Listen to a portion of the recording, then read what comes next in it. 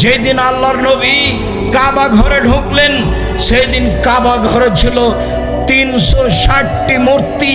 ফাজালা N ওতোহা বেগুদিন ফিয়াদিহি, তার হাতে একটা লাঠি ছিল, সেই লাঠি দিয়ে তিনি মূর্তিগুলিকে আঘাত করে ভাঙতে লাগলেন আর বললেন, জাল হক এসেছে সত্য, ওয়াজাহাকাল বাতিল চলে গেছে মিথ্যা, ইন্নাল বাতিলা নিশ্চয় মিথ্যা, কানা যাহুকা চিরদিন মিথ্যা। এই আয়াতটা পড়ে সেই ঘরে যত মূর্তি ছিল সবকে ভেঙে চৌচির করে দিলেন, খান খান করে দিলেন। ছবি মূর্তিগুলি ছিল তার পিতার, মানে ইব্রাহিম আলাইহিস সালামের, ইসমাইল আলাইহিস সালামের মূর্তি ছিল, ইসহাক আলাইহিস সালামের মূর্তি ছিল, মানুষ তৈরি করে সেখানে রেখেছিল, সবকে তিনি ভেঙে চৌচির করে দিলেন।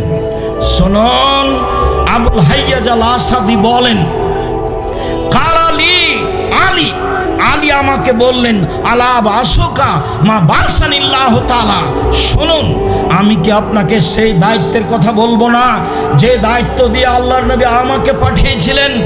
বলেছিলেন, আলী আল্লাহ তাদা তিমসালানিল্লাহ তামাস্তাহু ওয়ালা কাবরান মুসবিল্লা সাওয়াইতাহু, আলী তুমি ছাড়বে না কোনো উঁচু কবর, সবকে ভেঙে সমান করে দাও, তুমি ছাড়বে না কোনো ছবি মূর্তি, সবকে ভেঙে চৌচির করে দাও, খান খান করে দাও।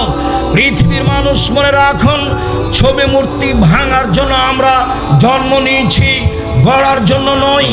আমি মুসলিম চির রণবীর, মরণকে করি না ভয়, মরলে শহীদ বাঁচলে গাজী, উভয়ই সমান, মরাও যতটুকু বাঁচাও ততটুকু, মরলেও জান্নাত বাঁচলেও জান্নাত, অতএব উভয়ই সমান।